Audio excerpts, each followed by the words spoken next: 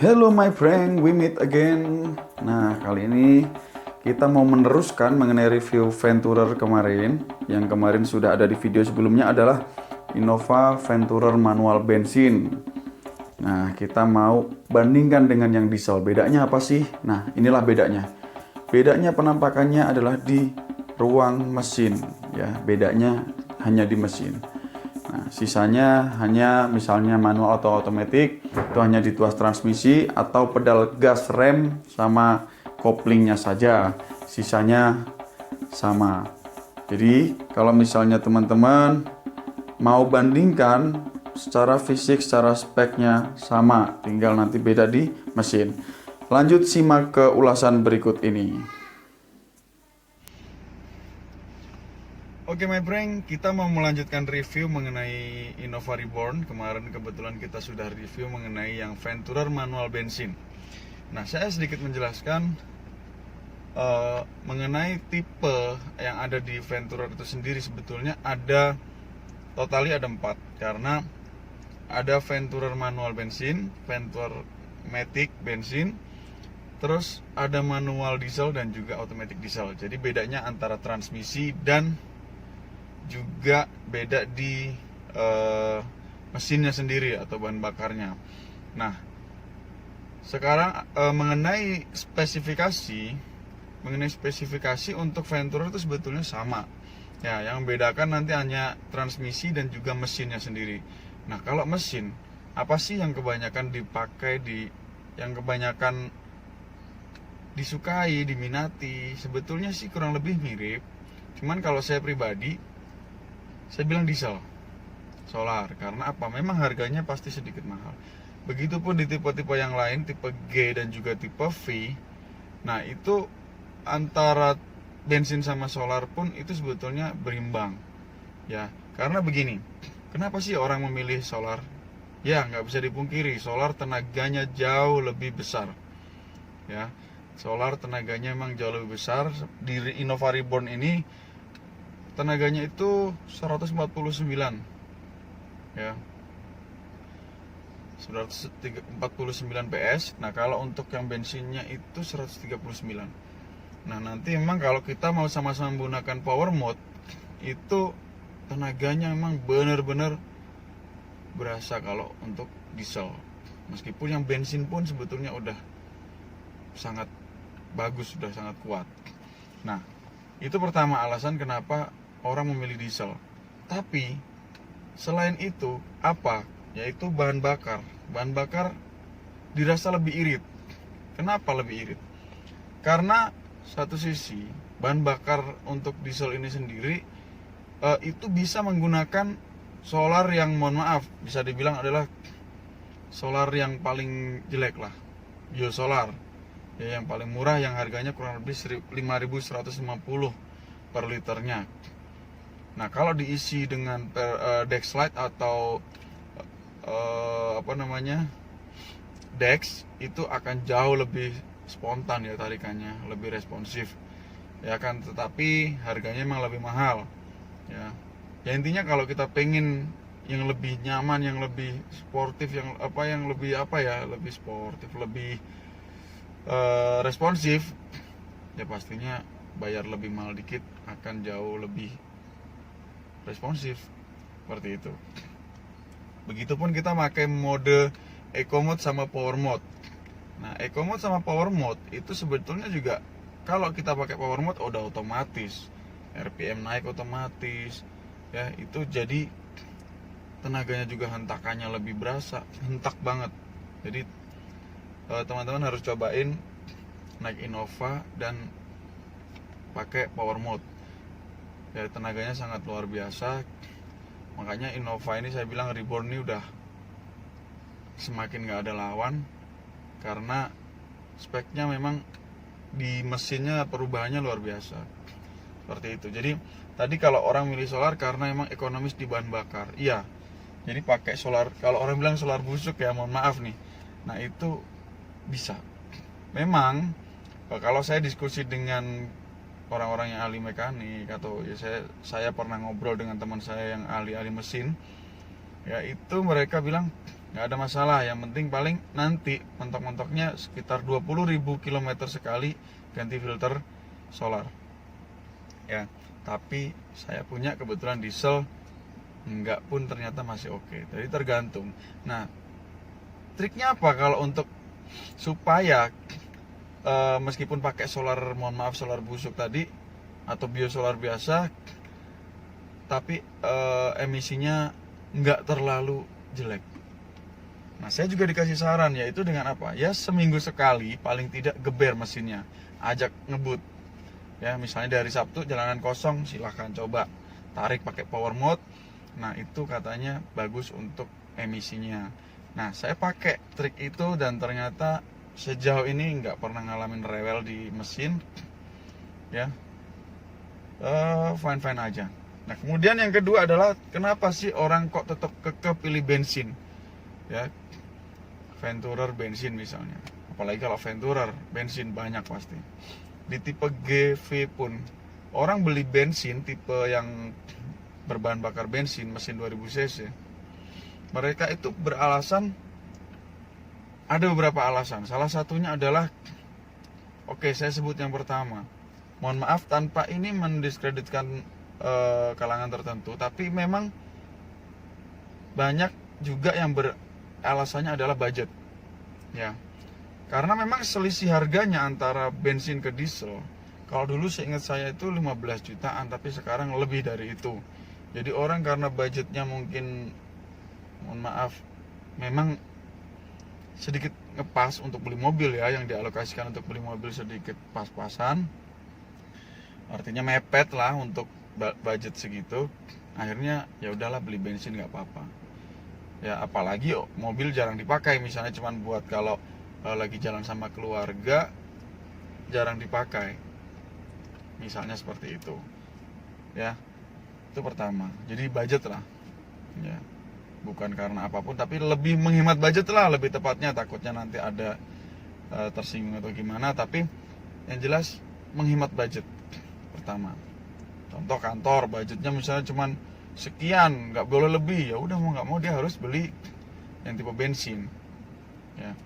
Terus yang kedua, selain budget itu adalah sesuatu yang umum. Yang kedua, kenapa kok pilih bensin padahal tenaga udah jelas gedean diesel?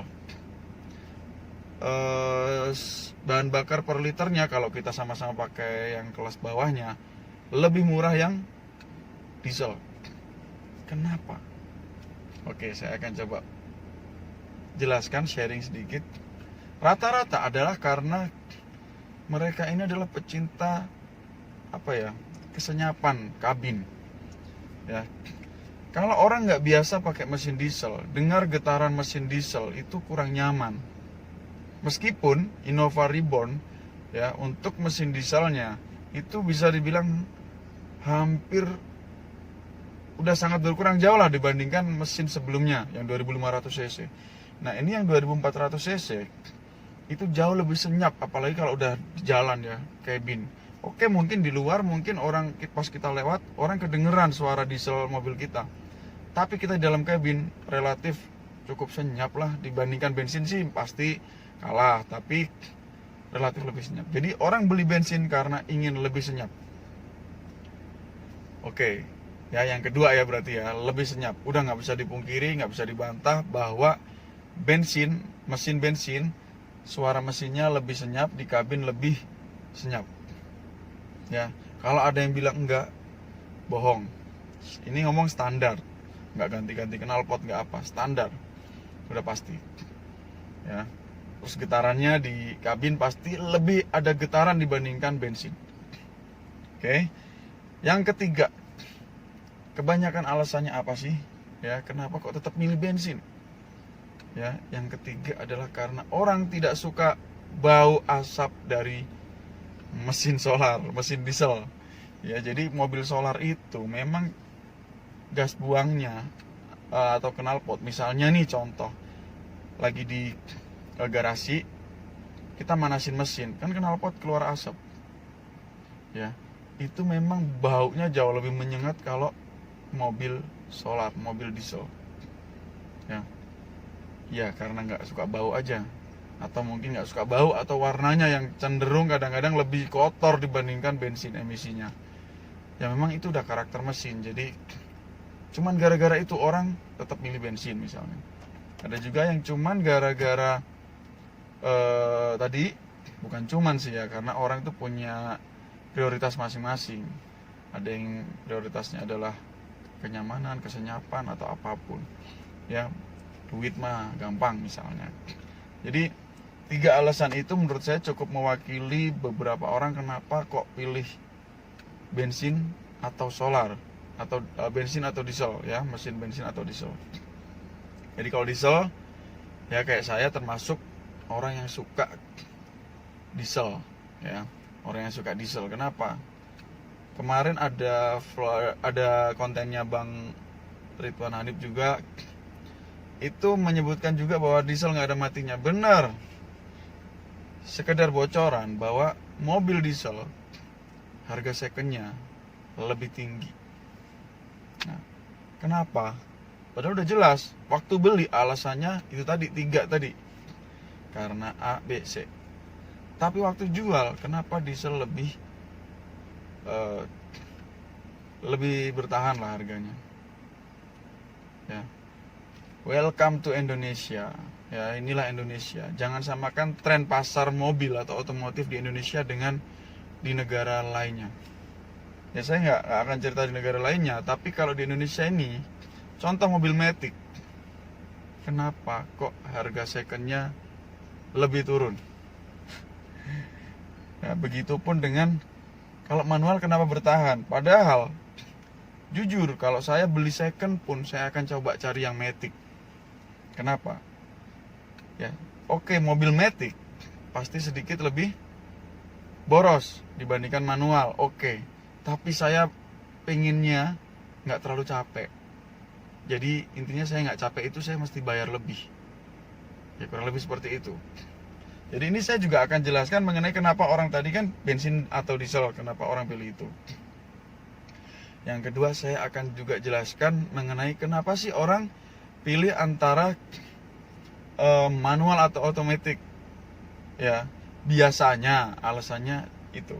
Ini nih. Pertama, kalau orang udah milihnya manual, itu karena dianya ini udah terbiasa manual, atau emang dari dulu mobilnya manual terus. Yang kedua, jalur yang dia lewati mungkin nggak terlalu macet, atau mungkin dia masih tinggal di daerah yang bisa dibilang nggak macet. Yang ketiga, ada emang karakter orang yang bener-bener maniak sama manual. Artinya dia itu suka banget sama sesuatu yang responsif. Artinya kalau manual kan mungkin dia lebih suka main kopling atau apaan setengah kopling, yang mana dia merasakan tarikan gigi, perpindahan tiap giginya. Nggak kayak otomatis lah. Otomatis kan gas jalan. Ya memang ada sih berasa kayak misalnya pakai sport mode atau apa. Tapi jarang loh orang pakai Matic main-mainin sport mode, kecuali memang lagi butuh. Contoh, kita pas pakai CC, misalnya mobil Matic CC agak kecil, yang butuh tarikan lebih, kita turunkan gigi.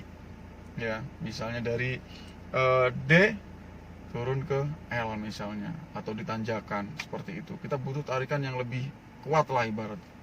Tapi jarang sekali, apalagi di Jakarta kita pakai Matic, ya udah gas rem saja. Ya, orang pilih manual karena itu. Yang kedua mungkin ya karena lebih irit dikit. Tapi iritnya pun itu biasanya lebih ditepis karena tadi hobi manual, ya, sama terbiasa manual karena takut Matic. Oh iya, dulu ada kasus jatuh dari gedung mobil Matic.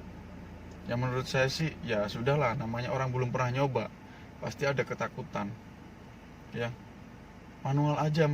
Padahal kalau saya jujur, saya Matic, saya lebih milih Matic. Kenapa? Ya iya, tinggal gas rem. Paling kalau tanjakan saya nggak pusing-pusing. Ya lagi ditanjakan berhenti. Orang kadang panik, akhirnya mobil mundur. Ya, jadi gitu. Kenapa kok orang banyak pilih Matic? Matic salah satunya kan saya nih pilih mobilnya Matic. Meskipun saya juga bisa manual, dan kalau ke Jawa lagi mungkin keluar kota gitu ya, nggak macet, saya suka manual, nggak ada masalah. Tapi tetap kalau suruh milih, saya milih Matic. Lebih gimana ya, nggak berasa capek lah kalau saya bilang. Nah kalau kenapa tadi orang pilih manual udah dijelaskan, kenapa pilih matic juga kurang lebih ya sama, reasonnya tinggal dibalik aja ya. Yang pasti matic itu nggak terlalu capek, intinya dia nyaman aja ya, terus tenang ketika tadi tanjakan ya. Yang ketiga, dia no problem urusan bahan bakar lebih boros dikit ya, sama harga jual ya. Kalau orang pilih manual mungkin mikirin harga jual, oh ya kalau matic harganya mungkin sedikit jatuh, tapi jangan salah, khusus mobil-mobil hatchback ya, biasanya matic juga kuat. Contoh Agya, Ayla mungkin ya. Kalau matic justru lebih kuat pasarannya ya, bukan lebih sih, Yaris contoh atau Jazz, matic itu kuat pasarannya. Kenapa? Karena pasarnya mobil-mobil itu salah satunya adalah mahmud ternak, mamah muda ngantar anak sekolah ya, rata-rata dia lebih pengen mobil matic ya. Makanya bekasnya pun mereka kadang-kadang beli bekas ya, karena cuma buat antar anak ya. Jadi dia lebih memilih untuk matic. Oke, panjang lebar kita jelaskan mengenai tadi Venturer, sama kenapa orang kok pilih antara solar sama diesel ya. Terus yang kedua adalah kenapa antara manual atau matic. Nah, buat teman-teman misalnya ada mau beli mobil, mau bekas, mau baru ya, itu tadi aja sebagai pertimbangan kenapa sih orang beli solar, kenapa orang beli bensin. Dan saya akan memilih solar atau bensin. Terus manual atau matic ya. Kalau Anda belajar matic cepat, kalau belajar manual mungkin butuh waktu, tapi kalau belajar matic hitungan jam harusnya bisa, karena tinggal gas rem ya, kayak motor matic aja ya. Sisanya tinggal feeling masalah manuver-manuver aja. Tapi kalau untuk jalan, mundur, tanjakan apa nggak ada masalah, matic lebih cepat. Jadi silahkan teman-teman simpulkan sendiri kenapa saya harus beli manual, kenapa saya harus beli matic ya. Yang pasti perawatan matic akan lebih ya, sedikit lebih mahal, mulai dari bensin, servis, nanti ada ganti oli matic dan sebagainya. Oke, itu saja my prank, penjelasan dari kami, dari saya, dari channel Oki Ketaro. Silahkan kalau ada masukan atau mungkin pertanyaan yang barangkali nanti saya bisa bantu jawab, tanpa bermaksud menggurui atau apapun. Kita cuma share pengalaman ya. Sekali lagi kita cuma share pengalaman, semoga membantu teman-teman untuk apa sih mengambil keputusan dalam menentukan pilihan mau ambil mobil apa, tipenya apa ya, matic manual, mungkin bisa sebagai masukan ya, karena selera saya berbeda dengan selera Anda. Oke, sampai jumpa di video berikutnya. Jangan lupa simak terus video-video kami di channel Oki Ketaro. Salam sehat selalu dan sukses selalu. Terima kasih.